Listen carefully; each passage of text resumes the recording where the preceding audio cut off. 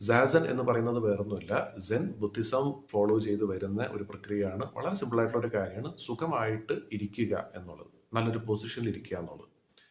ഇവിടെ പറയാൻ ഉദ്ദേശിക്കുന്നത് വേറൊന്നുമല്ല. നമുക്ക് എല്ലാവർക്കും അറിയാം, ഈ ധ്യാനം എന്ന് പറയുന്ന ഒരവസ്ഥയിലേക്ക് നമുക്ക് പോകണം എന്നുണ്ടെങ്കിൽ, ഒരല്പം സമയത്ത് നമുക്കൊന്ന് മെഡിറ്റേറ്റ് ചെയ്യണം എന്നുണ്ടെങ്കിൽ നമുക്ക് നല്ലൊരു പൊസിഷനിൽ ഇരിക്കാൻ പറ്റണം. കാരണം നമ്മൾ ചലിച്ചുകൊണ്ടിരിക്കുന്ന സമയത്ത്, അല്ലെങ്കിൽ നമ്മൾ എന്തെങ്കിലും ചെയ്തുകൊണ്ടിരിക്കുകയാണെന്നുണ്ടെങ്കിൽ തീർച്ചയായിട്ടും നമുക്ക് ഈ ധ്യാനം എന്ന് പറയുന്ന ഒരു കാര്യത്തിൽ നമുക്ക് ഫോക്കസ് ചെയ്യാൻ പറ്റില്ല. അപ്പോൾ ധ്യാനം എന്തിനാണ് ചെയ്യണമെന്നുള്ളത് എനിക്ക് മുമ്പുള്ള പല വീഡിയോസിലും പറഞ്ഞിട്ടുണ്ട്.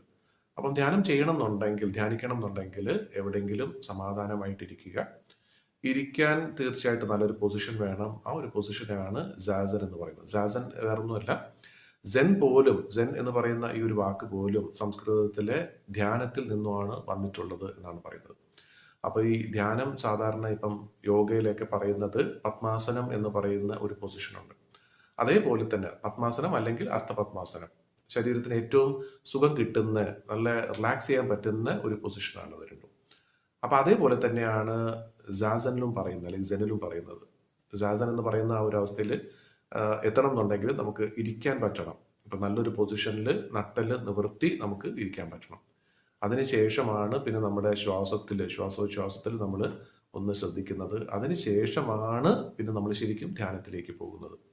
അപ്പം നമ്മൾ ചിലപ്പോൾ നമുക്ക് തോന്നും നമ്മൾ എന്തെങ്കിലുമൊക്കെ ചെയ്തുകൊണ്ടിരിക്കുമ്പോൾ നമുക്ക് വേണമെങ്കിൽ റിലാക്സ് ചെയ്യാമെന്നുള്ളത്. അപ്പം ശരിക്കും നമ്മുടെ മനസ്സ് നല്ല രീതിയിൽ റിലാക്സ് ചെയ്യണം എന്നുണ്ടെങ്കിൽ ഓരോ ദിവസവും കുറച്ച് സമയമെങ്കിലും, ഒരു 10-15 മിനിറ്റ് എങ്കിലും ഇതുപോലെ നല്ലൊരു പൊസിഷനിൽ, സുഖമായിട്ടുള്ള ഒരു പൊസിഷനിൽ നമുക്ക് ഇരിക്കാൻ പറ്റണം.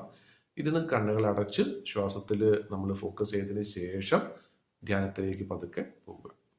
ഇത് വളരെ സിമ്പിളായിട്ടുള്ള ഒരു കാര്യമാണ്. സിമ്പിളല്ല, ചെറിയൊരു കാര്യമാണെങ്കിൽ പോലും പലപ്പോഴും നമ്മൾ ചെയ്യാൻ വിട്ടുപോകുന്ന ഒരു കാര്യമാണ്. അപ്പം സുഖമായ ഒരു പൊസിഷനിൽ ഇരിക്കുക എന്നുള്ളതാണ് ആദ്യം പറയുന്നത്. ഇനി നമ്മൾ അഗാധമായി നമ്മൾ ധ്യാനത്തിലേക്ക് പോയില്ലെങ്കിൽ പോലും ഒരു അല്പം വിശ്രമത്തിന് വേണ്ടിയിട്ടെങ്കിലും നമുക്ക് ഈ ഒരു കാര്യം ഒന്ന് ശ്രമിക്കാം. നമ്മൾ ഒരു ദിവസം ജോലിയൊക്കെ ചെയ്ത് വളരെയധികം ക്ഷീണിച്ചിരിക്കുന്ന ഒരു അവസ്ഥയിൽ ഒന്ന് റിലാക്സ് ചെയ്യാനായിട്ട് നല്ല ഒരു പൊസിഷനിൽ, സുഖമായിട്ടുള്ള ഒരു പൊസിഷനിൽ ഇരുന്ന് നട്ടിൽ നിവർത്തിയിരുന്ന് കണ്ണുകൾ അടച്ച് ശ്വാസത്തിൽ ഒന്ന് ശ്രദ്ധിച്ചാൽ തന്നെ നമുക്ക് നല്ലൊരു റിലാക്സേഷൻ ഉണ്ടാകും. ഇപ്പൊ കഴിഞ്ഞ ദിവസം ശ്വാസോച്ഛ്വാസത്തിന്റെ ആ ഒരു പ്രയോജനത്തെക്കുറിച്ച് പറഞ്ഞു. അപ്പം അതുമായിട്ട് ബന്ധപ്പെട്ടുള്ള ഒരു കാര്യം തന്നെയാണ് നല്ലൊരു പൊസിഷനിൽ ഇരിക്കുക, പറ്റുമെങ്കിൽ ശ്വാസത്തിൽ ഒന്ന് ശ്രദ്ധിക്കുക എന്നുള്ളത്. അപ്പം മൈൻഡ് റിലാക്സ് ചെയ്യാനായിട്ട് തീർച്ചയായിട്ടും നമുക്ക് പറ്റുമെങ്കിൽ, ഇത്രയും എളുപ്പത്തിൽ നമുക്ക് പറ്റുമെങ്കിൽ തീർച്ചയായിട്ടും നമുക്കത് ചെയ്യാവുന്നതേ ഉള്ളൂ. അപ്പം എല്ലാവർക്കും ഈ കാര്യം സ്ഥിരമായിട്ട് ചെയ്യാൻ സാധിക്കട്ടെ. അതുവഴി ചെറിയ രീതിയിലാണെങ്കിലും നമ്മുടെ മനസ്സിന് നല്ലൊരു സുഖവും സന്തോഷവും ഉണ്ടാകട്ടെ എന്ന് ആശംസിക്കുന്നു.